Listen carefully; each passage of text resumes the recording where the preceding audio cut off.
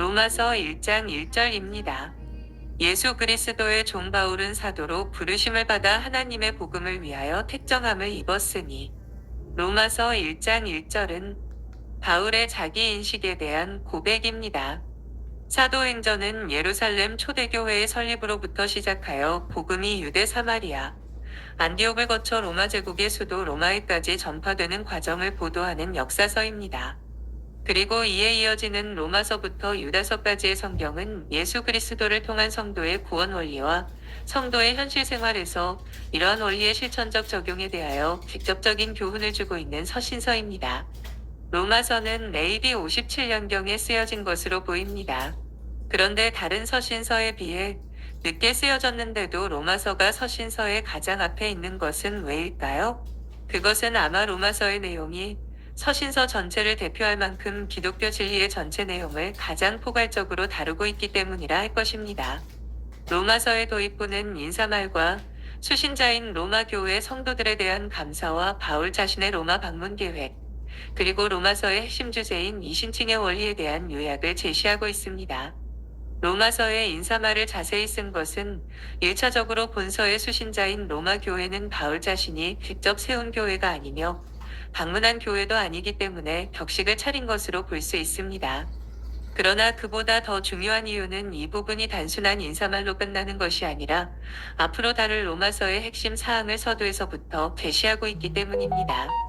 예수 그리스도의 종 바울은 로마서 1장 1절에는 사도 바울의 자신에 대한 소개가 나옵니다. 여기서 맨 먼저 나오는 단어는 바울이라는 사도 바울 자신의 이름입니다. 그런데 여기서 중요한 것은 작다 혹은 작은 자라는 뜻을 지닌 그의 이름이 아니라 바울이 자신을 예수 그리스도의 종으로 소개하고 있다는 사실입니다. 종에 해당하는 둘로스의 기본적인 의미는 노예인데 이는 오직 주인의 명령에 따라 움직일 뿐 자신의 의사는 전혀 내세울 수 없는 신분입니다. 그러나 바울은 자신이 예수 그리스도의 종이라는 사실을 매우 영광스럽게 생각했으며 그러했기에 이 사실을 로마서 서두에서부터 밝히고 있습니다. 바울은 자신이 예수 그리스도의 노예로 살 수 있게 된 것을 이 세상의 어떤 지위나 명예보다도 귀하게 생각한 것입니다.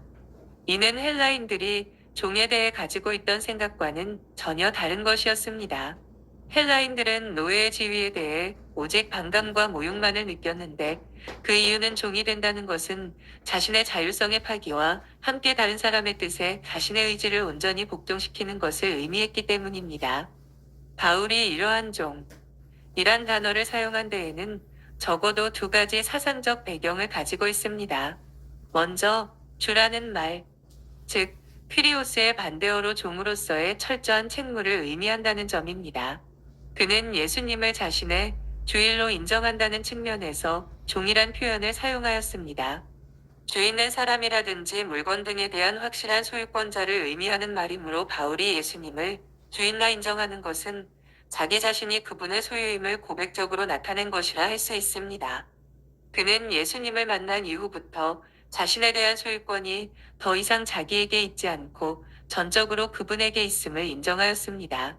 그에게 있어서 종이 가지는 의미는 자신을 죄에서 구원하신 그리스도 예수에 대한 순수한 사랑에서 기인한 자발적 책무였습니다. 우리는 부활하신 예수님을 만나 이방인의 사도로 부름받은 후 온 로마 세계를 다니며 갖은 고난을 무릅쓰고 복음을 전하다가 결국 순교의 피를 흘린 바울의 생애를 통하여 예수님의 종이 추구해야 할 삶의 목표와 생활 방식이 어떠해야 할지를 보게 됩니다. 그러므로 입술만으로의 예수님의 종이 아니라 참으로 예수님의 종답게 살고자 하면 바울의 삶을 주의 깊게 살피고 받아야 합니다.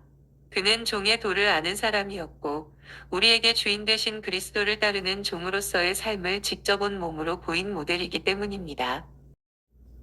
다음, 구약에서 이 말은 위대한 하나님의 사람들을 표현하는 상투어로 쓰였습니다.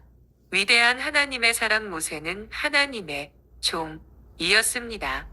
여호수아 또한 하나님의 둘로스였고 이것은 하나님의 선지자들을 다른 사람들과 구분시키는 가장 영광스러운 호칭이기도 하였습니다. 바울이 자신을 예수 그리스도의 종이라고 말한 데에는 자신도 이와 같은 구약의 인물들과 마찬가지로 하나님의 일꾼임을 자랑스럽게 여긴다는 의미가 함축되어 있습니다. 바울은 자신을 예수 그리스도의 종으로 소개하는 말로 본서를 시작하고 있습니다. 왜 이 중요한 서신을 쓰면서 이러한 표현으로 시작하는지는 당시의 문화를 알지 못하면 이해할 수 없습니다. 당시 종들은 수십 년을 한 집에서 봉사에서도 다른 집으로 팔려 가면 즉시 소속이 바뀌었습니다. 따라서 만일 주인이 바뀐 종이 다른 집에 심부름을 가게 되면 그 집 주인이 오해하기 전에 바뀐 자신의 소속부터 밝혀야 합니다. 자신을 예수 그리스도의 종이라고 한 바울의 고백은 바로 이와 같은 배경에서 한 말입니다. 즉, 자신의 소속은 이제 예수 그리스도라는 것입니다. 과거 바울은 어디에 소속되어 있었습니까? 유대교의 소속이었습니다. 율법의 아들로 율법에 속했습니다. 학문적으로는 가말리엘에 속했고 유대 종파로는 바리새파에 속했습니다. 시민권으로는 로마에 소속되어 있었습니다. 또한 영적으로 말하면 불순종의 아들들 가운데 역사하는 영에 소속되어 있었습니다. 그런데 지금은 어떻다는 것입니까? 아니라는 것입니다. 자신은 이제 완전히 그리스도 예수의 사람이요. 로마에 있는 모든 성도들 역시 자신을 그렇게 보아야만 한다는 것입니다. 그것을 먼저 확실히 해두지 않으면 자신의 편지를 이해할 수 없다는 것입니다. 자신의 말이나 행동을 이해할 수 없다는 것입니다. 그러면 이러한 그리스도 예수에 대한 소속 변경의 표방은 사도 바울만의 몫입니까? 아닙니다. 6절을 보시기 바랍니다. 거기에서 사도 바울은 로마 성도들의 소속이 예수 그리스도에게로 변경되었음을 분명히 밝히고 있습니다. 따라서 로마 교회의 성도들도 자신들의 소속이 바뀌었음을 모든 이들에게 알려야 했습니다. 아니, 로마 교회 성도들만이 아닙니다. 오늘의 우리도 마찬가지입니다. 정말로 예수 그리스도의 은혜로 구속을 받았다는 것을 인정한다면 과거의 내가 아닌 예수 그리스도로 말미암아 인생관과 가치관이 전면 바뀐 자신의 사람들 앞에 표방해야 합니다. 과거의 나는 죽고 내 안에 그리스도만이 살아계시다는 것을 사람들 앞에 고백해야 합니다. 사람들의 뇌리에 깊이 인식될 때까지 그것을 밝히고 또 밝혀야 합니다. 그것이 바로 성도의 의무입니다. 그런데 솔직히 우리의 모습은 어떻습니까? 자신이 예수 그리스도의 종인 것을 사람들의 뇌리에 심어주기는커녕 오히려 그것을 숨기려고 하지는 않습니까? 이제 우리는 로마서를 시작하기 전에 사도 바울의 이러한 자세부터 배우고 넘어가야 합니다. 왜 그렇습니까? 그래야 그리스도인다운 삶을 살 수 있기 때문입니다. 자신의 소속이 세상에서 하늘로, 사단에게서 예수 그리스도로 바뀌었음에도 불구하고 그것을 세상에 밝히지 못하는 것은 세상의 핍박을 두려워하기 때문이거나 그리스도인다운 삶을 살지 못하기 때문입니다. 사도로 부르심을 받아 바울은 자신을 예수 그리스도의 종이라고 소개한 데 이어 사도로 부르심을 입었다고 밝힘으로써 자신이 가지고 있던 복음에 대한 소명의식을 나타내었습니다. 복음에 대한 바울의 소명의식은 사도란 표현에서 잘 보여집니다. 사도에 해당하는 단어는 로부터 란 뜻의 전치사와 보내다 떠나다라는 뜻이 있는 동사의 합성어로서 로부터 보내다라는 단어에서 파생하여 문자적으로는 로부터 보냄받은 자라는 의미입니다. 이처럼 이 단어는 자의로 떠나는 것이 아니라 어떤 존재로부터 임무를 받아 파송받은 자를 가리킵니다. 이때 파송받은 자는 보낸 자의 권위를 가지고 가게 된다.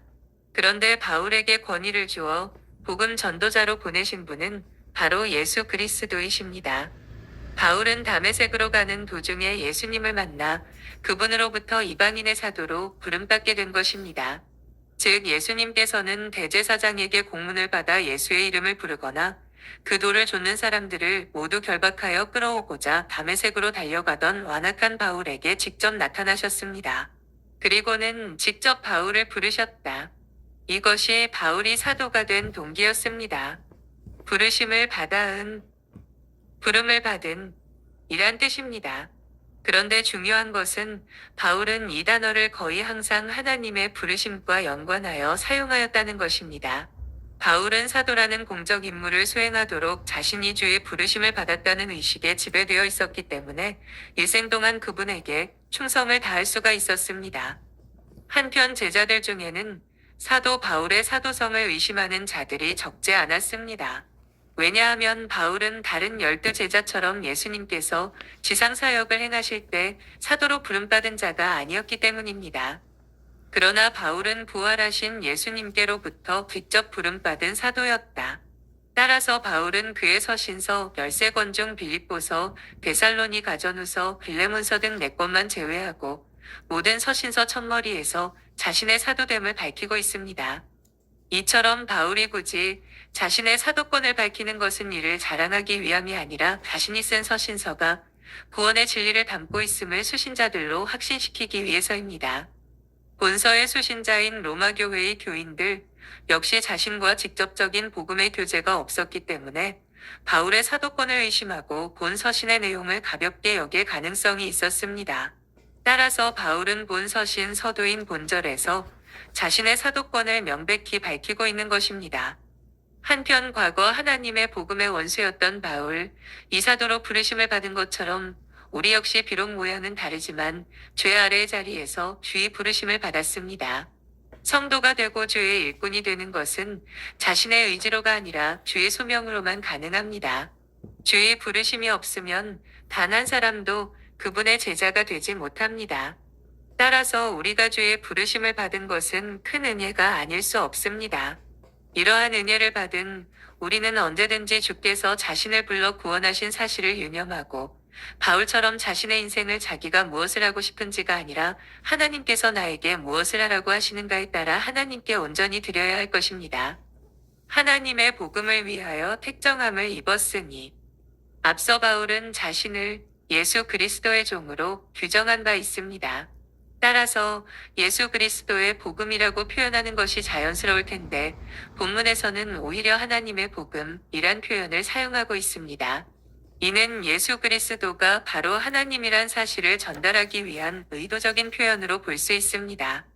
뿐만 아니라 절대 권위를 지니신 하나님을 거론함으로써 본 서신을 접하는 독자들에게 자신이 전하는 복음이 바로 하나님의 복음임을 강조하기 위한 목적도 있었을 것입니다. 즉 바울은 하나님의 라고 소유격을 사용하여 복음이 바로 하나님의 소유임을 명확히 함으로써 복음의 중요성을 부각시키고 있는 것입니다. 이는 이 복음에 대한 핵심 내용이 본절에 이어지는 2절에서 4절에서 제시되고 있는 데서도 잘 보여집니다. 한편 복음은 좋다와 소식이란 뜻의 합성어에서 유래하여 좋은 소식이란 문자적 의미를 지닙니다. 죄로 인해 영원히 멸망받을 비참한 운명을 지닌 인간에게 있어 메시아 예수님께서 오셔서 우리의 모든 죄를 대속하심으로 말미암아 그를 믿는 자는 아무런 조건 없이 누구든지 영원한 구원에 동참할 수 있게 되었다는 이 소식보다 더 기쁜 소식이 어디 있을까요? 택정함을 입었으니 이 말은 구별되어진, 분리된, 따로 놓인 이란 의미입니다. 신약에서 아포리존은 언제든지 구별과 관련된 용례로 쓰입니다. 그리고 이 개념이 바울에게 있어서는 결정하다, 임명하다라는 의미와 일치합니다. 특별히 바울의 생애에 있어서 이 단어가 본절 외에도 사도행전 13장 2절, 갈라디아서 1장 15절에서도 발견됩니다. 갈라디아서 1장 15절에서는 하나님께서 바울을 어머니의 태로부터 택정하셨다고 말함으로써 그의 사도됨의 기원이 태어나기 전부터였음을 보여주었습니다. 또한 사도행전 13장 2절에서는 바울이 제1차 전도 여행을 떠나기 전에 성령께서 안디옥 교회 제자들에게 그를 따로 세우라고 말씀하셨고 제자들이 성령의 명령에 순종하여 그를 따로 세우고 안수하는 문맥에서 이 단어가 나옵니다. 이로 말미암아 바울은 사도로서의 본격적인 생애를 시작하게 됩니다. 즉 안디옥에서의 성령의 명령은 그의 사도직의 권위를 세워주는 근거가 되었습니다. 한편 택정함을 입었으니는 완료 시제입니다. 이러한 시제는 바울이 자신의 사도로서의 선별이 이미 과거로부터 이루어져 지금까지 계속되고 있는 일로서 하나님의 불변하는 예정에 근거되었음을 암시합니다. 하나님께서 그를 구별하신 목적은 복음, 유앙겔리온을 위해서였습니다. 이를 알기에 바울은 좋은 소식을 전하는 특별한 목적을 위해 자신을 완전히 바칠 수 있었던 것입니다. 하나님으로부터 받은 여러 국면의 은혜를 열거한 사도 바울은 그 모든 것이 오직 복음을 위하여 라고 밝히고 있습니다. 다시 말해서 하나님께서 주신 은혜의 힘과 역량을 다 집중해서 복음을 전해야 한다는 것입니다. 그리고 성도라면 누구든지 이러한 사명을 잊지 말아야 합니다. 그렇다면 하나님께서는 왜 그렇게 복음을 증거하게 하시는 것입니까? 그것은 바로 복음이 인생의 모든 것이기 때문입니다. 인생의 모든 문제에 완벽한 해답이 되기 때문입니다. 가난한 사람에게 가장 시급하게 주어야 할 것이 무엇일까요? 돈을 주어야 할 것 같지요? 구걸하는 자에게는 금이나 은을 주어야 할 것 같지요? 맞습니다. 우리는 그들에게 돈이나 은과 금도 시급히 주어야 합니다. 그러나 사실은 그보다 더 중요한 것이 있습니다. 성경을 보면 우리 예수님께서는 가난한 자들을 구제하시기에 앞서 그들에게 먼저 복음을 전파하셨습니다. 또 예수님의 수제자급에 속하는 사도 베드로와 요한을 보십시오. 그들은 성전 미문에 앉아 구걸하는 나면서 앉은 뱅이 된 자에게 무엇을 주었습니까? 금입니까? 은입니까? 어쩌면 그런 것이 있었으면 주었을지도 모르겠습니다. 또 준다고 해서 크게 잘못되었다는 말도 아닙니다. 하지만 그들은 금도 은도 없는 것에 전혀 개의치 않았습니다. 그들은 우선 그에게 무엇을 주었습니까? 주 예수를 전해 주었습니다. 그때 어떤 역사가 일어났습니까? 놀라지 마십시오. 상상도 할 수 없는 치유의 역사가 일어났습니다. 그가 자리에서 벌떡 일어나는 기적이 일어났습니다. 병의 치유와 함께 그의 기뻐하는 모습을 보십시오. 그가 하나님께 감사하며 찬양하는 모습을 보십시오. 과연 복음이 아니면 이러한 일들이 동시적으로 일어났겠습니까? 그렇습니다. 복음이란 바로 이런 것입니다.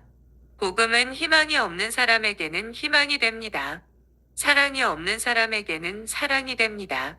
또한 복음은 자유가 없는 이들에게는 자유가, 생명이 없는 자에게는 생명이 됩니다. 그래서 복음 앞에 다음과 같은 말을 갖다 놓으면 그대로 말이 된다는 것을 알 수 있습니다.